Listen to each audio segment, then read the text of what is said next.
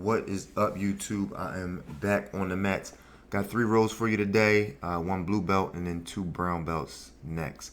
So right here, he did a real good job of catching me off guard. You saw me panic right there. Like, I'll replay it, but I definitely panicked. He did a good job. It was kind of like a reverse knee on belly, and he slid his knee through and kind of ended up in a knee bar. I don't think he had enough. How can I say it? He probably didn't have enough faith in the move, but he definitely had it. It was definitely tight. If he would have stayed with it, I probably would have tapped. But he decided to bail out, and we ended up in this position here, kind of around to the back, and I locked my hands together. But it's kind of over the face, and he started to dip his chin in and push up on my elbow. So right here, I'm going to do this a lot, this next move, even from like the spider web position. Once the guy throws my leg between his legs right there, I'll just fall to that side. And then I have I use that as a hook. So I got a bottom hook here. And usually you want to throw the top hook in, but I got a little, I don't know. I just trying to kind of get outside of the box a little bit. So I wanted to try for the twister. And he did a good job first of recognizing it. So he just locked his hands together. I couldn't get that that grip loose because I wanted to, if you know what the twister looks like, you kind of want to throw his right hand behind my head, but at the same time keeping that left hip of his locked down to the ground. But he was able to, like I said, grip his hands together, so I just rolled through and ended up putting that second hook in. And this one was a little bit deeper. It was a little bit of chin on there, but once I knocked that hand loose right there, I was able to lock in the full rear naked. Actually, I don't get that many rear naked chokes, definitely with the gi. For whatever reason, when I get to the back, I end up doing something else. But that time, I got it in kind of deep and finished it there. So right here, he's again, remember when I told you earlier, he did that kind of reverse knee on belly. So I'm a little bit more familiar with the position. So I grabbed the Kimura grip on his left arm. You can't really see it right here, but I have the Kimura grip, and I'm expecting him to kind of step around my head. He's trying to step around my head. I'm guessing for like an arm bar, and I like to do that too when I'm the guy on top. So to avoid that, once I get the Kimura grip, I like to shove my fist and hands kind of into their hip. It's harder for them to step around the head once you put that pressure with your hands on their hip. So here we are in a little, not really a scramble, but he kind of comes back up to the top. And this will be his third time going for the reverse knee on belly. And instead of going for the knee bar, he just, watch, so the left knee goes up and he just controls my left leg and pulls the leg out there and just goes to side control. I was expecting him to kind of roll through like he did earlier for like a knee bar, but he did a good job of just passing the guard. Now he's doesn't look like he's like fully committed, but he's thinking about going knee on belly. So I'm just kind of defending, and I want to recover my guard. So I get back in like half guard, scoop up his right leg, and now I'm in my half guard game. And let's see what I go for here. I think he may go for that reverse knee on belly again. So he goes for it again, and this time I'm kind of ready. I'm anticipating a chance to get to his back. So you see me kind of switch my hips a couple times, and so I switch my hips a couple times. I'll take it back. So as soon as my legs come open, I kind of move out of the way. I don't want him to be able to float on top of me, and that's what he wants to do. So real quick, I move, and then I flip my hips one more time. So I'm on my left hip now, and then as he turns, boom, I go to my right hip. And now, I could have kind of forced myself to get to the back, but naturally I fell into like a side control right here. So I start working from side control a little bit, and I'm probably thinking knee on belly. Let's see. No. Looks like he's trying to get that top knee in. And he recovers guard. All right, so kind of back at square one. I'm in his guard. And let's see what we have next. All right, so I think he has one hand in my collar, and you see that foot on the hip right there. As soon as you feel the foot on the hip, you got to start thinking arm bar. And I'm almost out of my gi, but yeah, as soon as I feel that foot on my hip, I'm thinking arm bar. So right there, I kind of just did some unorthodox, not really anticipated or normal in my opinion. So I was kind of just focusing on the top half of his body, and then just kind of sporadic motion of mine. I just dove for a not a heel hook, a toe hold. So right here, this is literally like a few seconds later. So I'm in that diving mind frame. So once he sits up, I'm gonna dive for a Kimura on the arm, and he still kind of got me in a little bit of a half guard. So I kick with my left foot. I kick off to loosen that up. Go back to the back. Oh, right there. Actually, I could have had another.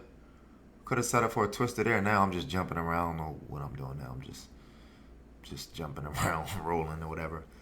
So he turns back and faces me. Oh, all right. So that was that first round. The second match was, or second row rather, was the brown belt. I got the 2-on-1 sleeve grip, left foot in his hip, and I tried to throw my right foot over, and it wasn't successful. He did a good job of keeping one. Actually, he just took both arms out. You know, in the triangle, you either want both. I'm sorry, to avoid the triangle, you want both arms in or both arms out. So he was able to do that, and I ended up in his guard.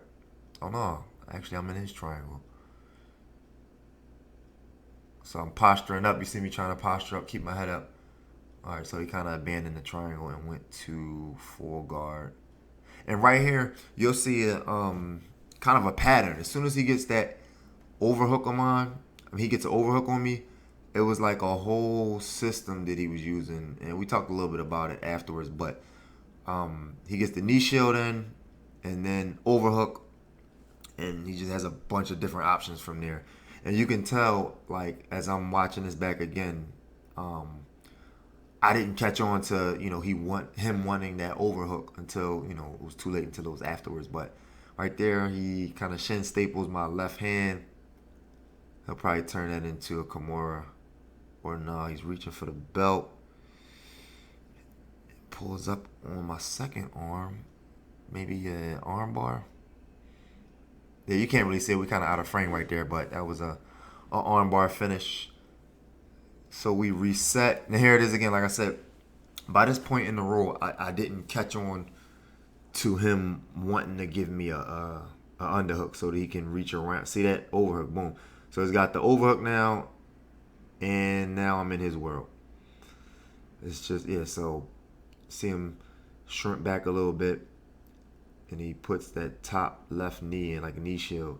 And at this point now, he can sweep me left, right, and he's kind of just waiting for me to react, and then he goes to whatever move based on my reaction. So I decided to like limp on my right arm, and that gave him a sweep. No, goes to the back. So I guess the answer to the limp arm is going to the back, which you see right there. And oh yeah, I remember this part. So he's going to get that deep collar grip, and I had a bad neck, so I tapped before because usually when you see this move here, he grabs the pant leg and then falls back. My neck was a little kind of twisted in a weird way there, so I tapped early before the actual choke got on. So we reset, and let's see, boom. So I have a collar grip. He's popping my grips. Knee shield. Bet you he gets an overhook. Watch. Oh no, I just pushed the arm through. Nice sweep. I'm gonna play that one back. I don't know what this sweep is called. If you know the name of the sweep, put it down in the comment section. I'm definitely wanting to look into that one. That was a nice sweep because I like to play a lot of was it shin? What is it called? With my shin high up in that guard right there. So that's something I might want to borrow from this video again. So that was the second tap. Looks like it was an arm bar. We reset. And let's see.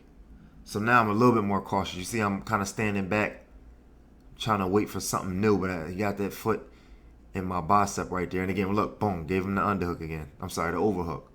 And the knee shield, that's what I was trying to think of a few seconds ago there, that knee shield. So the combination of a knee shield and overhook, you're in his world. And I don't know what that was either, man, but I did something wrong, stepped out too far, and he ended up underhooking my leg, swept me to the opposite side. I like that too. I like that too. He was mounted, and I was worried about him pinning my wrist down. And as I pushed back, he just pulled that into a mounted triangle, and the time ran out there.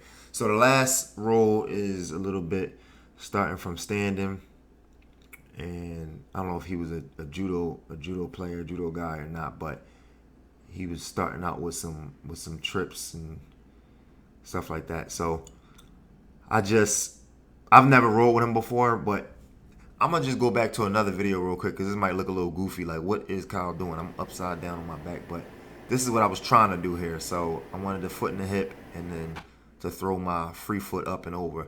But the difference between what he's doing and the white belt that we just went back to was the white belt stayed on his feet, like kind of his feet and knees. Right here, the brown belt, he kind of fell back, so I couldn't reach my legs over to his head and neck to get that triangle game going. But right here, we are inside control. And I'm going to try to zoom in a little bit. We're going to kind of not go off camera, but I'll show you in a second. But right here, he's got my right leg locked down. And honestly, you see me, I'm trying to just relax. I'm thinking like I've never seen this position before, never been in this position before. And I'm thinking to myself like, all right, he's squeezing. It's kind of tight. It's kind of tight. I'm sure his arms will burn out before I can, and then I start seeing stars. And I'm like, all right, I had to tap. But I didn't know that was an actual choke until it was like I started going out a little bit. You saw how long that was. I waited before I tapped. But right here, it goes down to a single. And, I kind of kept good balance there. And here I'll kind of zoom in a little bit on the left. So let's see. I think he's trying to go maybe for a De La Hiva on that back, that left leg of his. So I went for that was that looking back on that, the saying submission, no, position over submission. That was a bad example of that. I dove for a toe hold and messed up my whole position, but I kind of slowed it down right there. You see his right hand creeping up in the back of my collar there. And then his left hand sneaks right across the throat, grabs the cross collar. And that is this first, or the beginning of the paper cutter choke. You see me, I start squirming a little bit. And as soon as when somebody's hips come off the ground like that, it's tight. You know that choke is tight. So we start off standing again. And I'm like, I'm going to get me a trip. I tried to anyway. So I just kind of caught his left leg. And a lot of times that sweep, that kick or whatever with my leg doesn't have to be hard as long as you kind of stay stuck to it. So I replayed that because a lot of times, again, like I said earlier, if someone has me in a Kimura, but I'm not in their half guard, sometimes I can step around the head and get like the opposite side armbar. But my hips was a little too high on that one, and I fell off. And I think I'm going to end up on bottom again. Yeah, so I'm on bottom here again. And that was a nice X pass there. And what I was trying to do there is kind of hard to explain, but I was trying to use his momentum on the X pass to get a sweep of my own. I can't really explain. It's hard for me to explain from this angle, but that's what I was attempting to do right there. So now he is just kind of controlling me. Oh, and it's a nice little sequence here at the end that he does. I forget. It's going to come here in a second. I think it's going to go knee on belly. It's going to go knee on belly. And I'm just trying to, just stay calm, not do anything, and give him an easy submission. So boom, as soon as he goes to north-south, I start turning my head, because that's what you want to do. When somebody goes north-south, you want to turn your head into their ribs. As soon as I turned, he stepped over, and the time ran out there. So again, I know it's been a minute since I made my last video. I'm trying to get back in the swing of things, make some more videos, and be more consistent on the channel. So make sure you like, subscribe, and leave any comments down in the comment section. Thank you for watching. Again, any questions, leave them down in the comment section. Thanks.